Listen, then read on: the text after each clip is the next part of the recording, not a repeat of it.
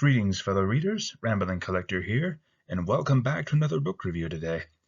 So, this one, once again, we're going to be diving into the world of indie authors or self-published authors, whichever one you prefer. But we're going to be talking about a unique addition to this channel, a satire book called Innerworld by J.C. Egan. So to give you some context here, I know next to nothing about satire. I'm going to get that out of the way right now. Satire is a type of genre that I've never really dove into before.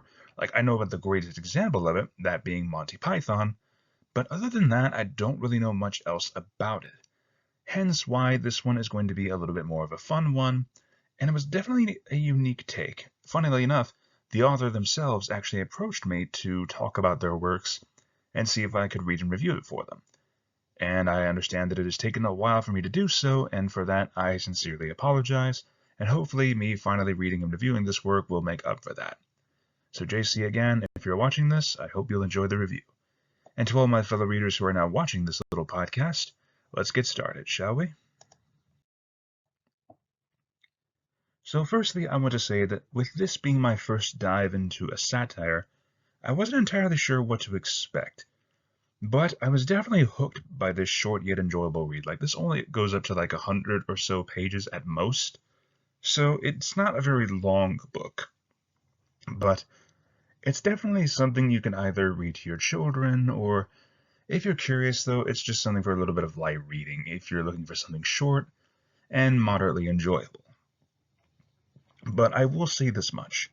You don't want to take this book too seriously. With it being a satire, there are so many insane twists and turns that'll often leave you scratching your head. From our main character Peter's rapid aging throughout the story, to the mysterious identity of the beautiful woman dressed in white.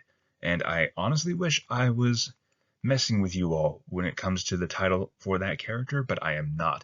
That is literally an entire trope of the beautiful woman dressed in white. And there's honestly quite a lot that happens in this story, from a noble quest, an evil tyrant known as Politicus Mediosus, and I wish I was making that name up, but honestly, that actually works a little too well. But not only that, there's also the crossing of dimensions, sprinkled with a bit of insane humor. There's something in here for everyone. Like, hell, one of the funniest moments I'd have to say is when the beautiful woman is meeting some of our other main characters in Peter's world, the real world, and she comes across a plate of cookies. Now, at one point when she takes a bite of it, and one of the characters says that it's a cookie, she freaks out thinking it is something called a cookie, which is like a small little gremlin creature that we see throughout the entire story, just haunting some of the main characters. And the way that she flips out, thinking that she's just cannibalized and eaten a small little gremlin that is just all sorts of nasty, I honestly thought that was kind of funny. It was a good little bit of humor there, as well as a nice little bit of wordplay. I definitely enjoyed that a little bit. But I will say one of the best additions to this story are the beautiful illustrations sprinkled throughout, which offers a great visual guide with a hand-drawn and painted art style. Like, if you look at any of these illustrations, you'll definitely get a callback to those hand-painted art pieces, and it is honestly a gorgeous piece to look at. It's a nice little addition to help you kind of get a visual cue of what it is you're trying to visualize within your mind. It gives you that little bit of a help, a little bit of a helping hand, I will say. But the main priority story here is about Peter being thrown down a well by his school bullies, being left there to either starve or die, which, if you ask me, that's a little bit messed up. But then he finds a mysterious door into another world, which is unlike anything he's ever seen. It's like an underground fantasy world, and somehow he's crossed over to it. And then he's given the quest by this beautiful woman dressed in white, told where to go, follows a ship, lands on an island after meeting two old men and their wives, and then after that, continuing onward. But a nice little twist, though, I will say, going back to his rapid aging, is that as we continue throughout the story, we see how Peter himself is just rapidly aging forward. Like, at one point he starts off as a young boy in elementary school at the very least, and by the end of it, he's a tottering, pain-racked old man who's just hobbling his way towards the final fight against Politicus Mediosus. Now, Politicus, I like how he is saved up until the very end of the book, like those old fantasy bits where the villain is just waiting at the end and chugging a wine glass and waiting for their opponent to arrive. And I will say I did like how it showed this, how it was just rapidly like Peter was on a time limit because Politicus was trying to cross over to Peter's world at that time, a full-scale invasion. But even then, Politicus had his own agenda rolled around by essentially taking control of the entire world, or as they call it, the inner world, with Peter's world being known as the outer world. So Politicus has actually managed to maintain a grip on Innerworld by essentially information control. He allows the population to hear only what he decrees as pure wisdom or facts. And because of that, no one really knows or even questions anything he says. They think he's the smartest man around, and they don't question him. Very good on a way of controlling your populace by giving them only sprinklings of information that you believe is right, and that they have no way to counter-argue against it. It's very interesting to see that played out. There's always these little nuggets of genius sprinkled throughout. But that being said, that's just my overall thoughts on the book itself. Now let's move on to the segment of random thoughts.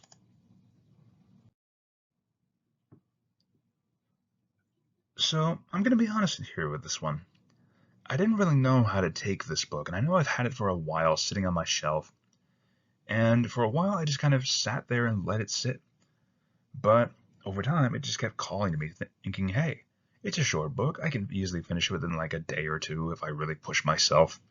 Which I know to some of you sounds crazy. Some of you might not think so. I don't know. I don't know how fast a lot of you read or review books for your own time. But I will say, just diving into this one was a unique little experience. Because once again, I'm not entirely used to the world of satire. Like, of course I know about the classic Monty Python, like I mentioned before. But this one offered a unique perspective, I would say. I wasn't sure whether to take it altogether too seriously, or whether it was seriously enough. I just kept on scratching my head, wondering what the heck was going to happen next.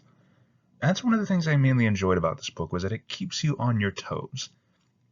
You're not entirely sure what to take too seriously, and I think that might be one of the key elements of satire, in my opinion. You don't know whether what's going on here, you want to take it seriously, or whether you just want to treat it as a joke.